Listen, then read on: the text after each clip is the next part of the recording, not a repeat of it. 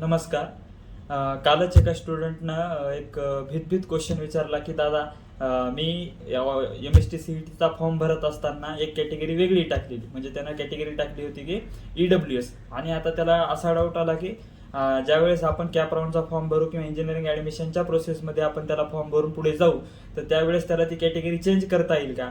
तर याचं उत्तर आहे की ही कॅटेगरी तुम्हाला चेंज करता येईल, कारण की तुमचं ज्यावेळेस कॅपचं रजिस्ट्रेशन होतं त्यावेळेस तुम्हाला तुमचे पूर्ण डिटेल्स भरावे लागतील. त्यावेळेस तुमचे जे काही कॅटेगरी असेल, म्हणजे तुमच्याजवळ जर तुम्ही फॉर्म भरत असताना EWS टाकले, कोण ओपन टाकले, विशेषतः महाराष्ट्रामध्ये आपण मराठा समाजाचे जे विद्यार्थी आहेत त्यांनी काय केले, काही जणांनी EWS टाकलेले, त्यांना आता काय करायचं, SCBC मध्ये टाकायचे ते. तर त्यावेळेस त्यांच्याजवळ काय असलं पाहिजे की तुमचं कास्ट सर्टिफिकेट असेल, त्याची व्हॅलिडिटी असेल आणि ते नॉन क्रिमिलियर जे आहे हे जर तुमच्याजवळ असेल तर तुम्ही कॅप राऊंडचं ज्यावेळेस रजिस्ट्रेशन करता त्यावेळेस ते भरू शकता.